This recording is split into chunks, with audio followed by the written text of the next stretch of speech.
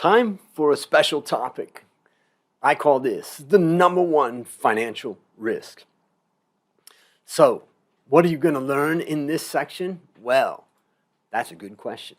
You're going to understand the concept of maturity mismatch. Now, you may be thinking, Andrew, I saw this guy on the SkyTrain in my city here in Bangkok, and he's 60 and his girlfriend looked about 20. That's one kind of maturity mismatch. But that's not the maturity mismatch that I'm thinking of. The second thing you're going to learn about is the risk of too much debt. So let's remember where we are in our progress through finance made ridiculously simple. We've been going through current liabilities, long-term liabilities, and shareholders' equity. So now I want to talk about default risk. This risk occurs when a company is required to repay its debt, but it does not have the cash, or it cannot convert any assets into cash, or it cannot borrow additional money. Now, those three things are important, right? If a bank says, hey, you have to pay me, and you don't have the cash, you got a problem. But you don't have a problem if you say, well, I've got these accounts receivable from McDonald's. Can I give you those as payment? And those will turn into cash very quickly. The bank may say, yes, we can liquidate those now, and you can use those as cash. Or I could go to another bank and say, hey, let me borrow money. Or I could borrow money from a friend, a family member, or something like that, and then I could pay back the bank. As long as I could do any of those things, then I don't have a default. But if I can't do any of these, then you will default. It's called default risk. So when a company does not have the cash to meet its obligations on a loan, then it is said to be in default. Now, depending on the situation, default could lead to a friendly compromise with the lenders, but in most cases, it leads to a company filing for bankruptcy. So basically, you never want to default. Now, let's look at the history of defaults in the U.S. Here you can see a chart. I grabbed this from S&P Global.com, and they did a study, and it goes from 1981 all the way up to 2019. And what it shows is the amount of money that has been defaulted on. Let's say bonds and loans have been defaulted on. I think it's bonds in this case. And what we can see is that during the 2008-2009 crisis, and 2008 was the global financial crisis, and then 2009 was even, it's still a difficult time. That's when defaults rose massively. And of course, we don't see 2020 on here, but obviously there's a huge amount of defaults going on. That means companies can't pay. Now, let's compare that to liquidity risk.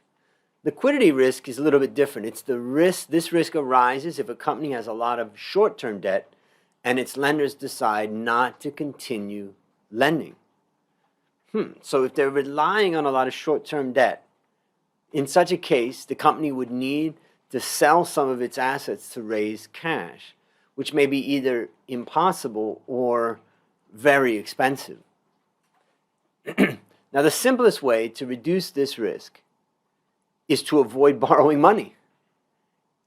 The other way is to borrow money mainly on a long-term basis so that the company is not required to repay the loan anytime soon.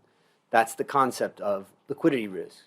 Now, if the company only borrows long-term money, if times are tough, the company only needs to make sure it continues to pay its regular interest payments, which is going to be much less difficult than having to repay the whole loan.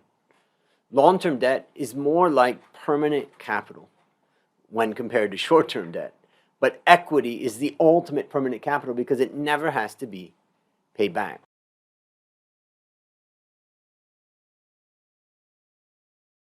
Now, I want to tell you a story about how sometimes no access to debt is a good thing.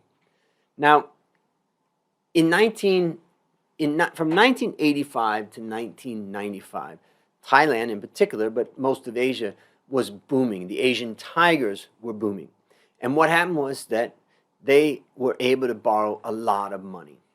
Now, in Thailand in particular, and many other countries, they started to allow borrowing in US dollars. In Thailand, only 3% of borrowing by companies in 1992 was US dollar or foreign denominated currency. But by 1997, it was 25%. Now, I won't bore you with all the complicated things about why that happened, but just let's say that the government opened a window and there was an opportunity. But this opportunity was only available to the biggest companies in Thailand and across Asia, and they borrowed a huge amount of US dollars. But think about a property company as an example. It borrows US dollars, but it's getting paid in the local currency. In Thailand, it happened to be Thai baht, but if it was Indonesia or China, they would be paid in a local currency. So basically, you have what's considered a mismatch from a currency perspective. And what happened was the Thai baht, in this case, and many other currencies in Asia, collapsed. And when it collapsed, it became much more difficult. You needed much more local currency to pay back the US dollar debt. And the end result was bankruptcy and destruction. The economy collapsed by 11% in 1998 in Thailand. And what we saw is a lot of huge companies struggling under a mountain of debt. Now, all of the smaller companies that didn't have access to this US dollar debt actually didn't face the same type of crisis. So what you can see from this is sometimes access to really cheap debt, and in this case US dollars debt, can sometimes be a bad thing. Now, I'm going to tell you another story at the end of this about my own experience in this, but let's continue on and let's look at this concept of strategic versus core funding. Now, on the left side of the balance sheet, we can see the assets and say current assets I call strategic assets and long-term assets I call core. Now, strategic funding is what I call current liabilities, and core funding is long-term liabilities plus the equity, and you can see that breakdown. And you can see mainly companies finance themselves with core funding. So let's now look at all companies and try to understand the breakdown of their short-term and long-term. Now, we know that companies mainly have long-term assets of 65% and short-term of 35%. So now, let's bring in liabilities here. And what can we see? We can see that current assets are more than current liabilities, right? And this is generally because accounts receivable are generally higher than accounts payable. Think about Coffee Works, my company. We bring in green coffee at a low price. We convert it into roasted coffee. We're adding value. We package it. We do all kinds of things. And then we add more value and we sell it at a higher price. The customer has to pay us that higher price. So our accounts receivable, what customers owe us, is always going to be higher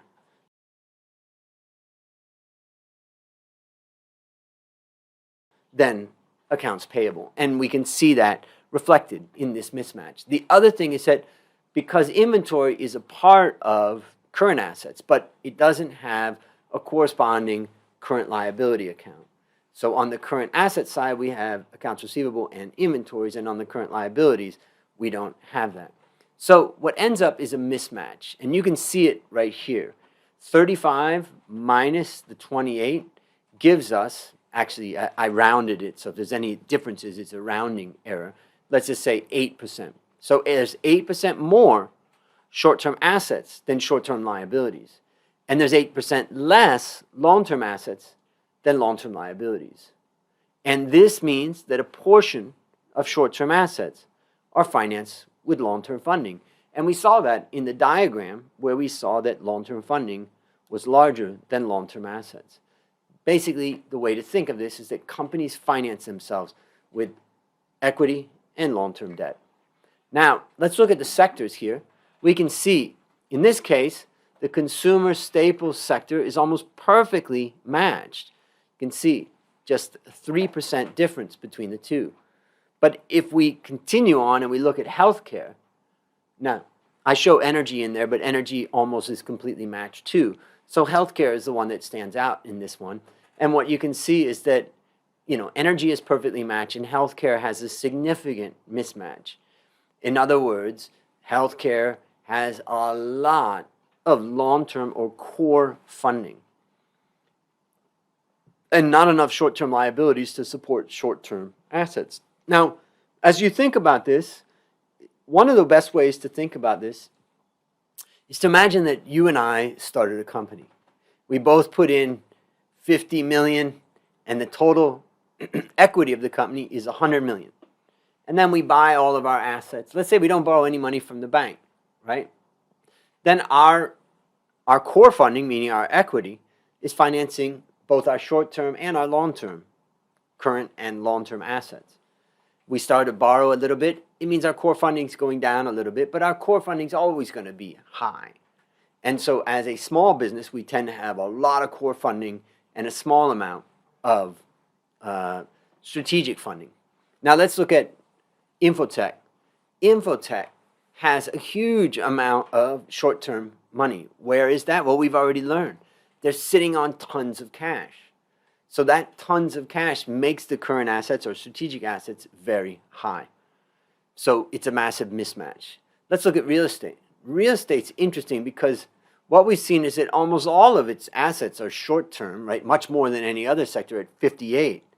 But they can only get short-term funding of 38%, which gives a difference of 21. So there's a large mismatch there. Current assets are super high. That's because inventory is the product that they're selling and can only be about half financed from short-term liabilities. So mainly they're financed by long-term liabilities or core funding. And here we can see a near perfect match at communication services and utilities. They are long-term investments that are funded from long-term equity and long-term debt.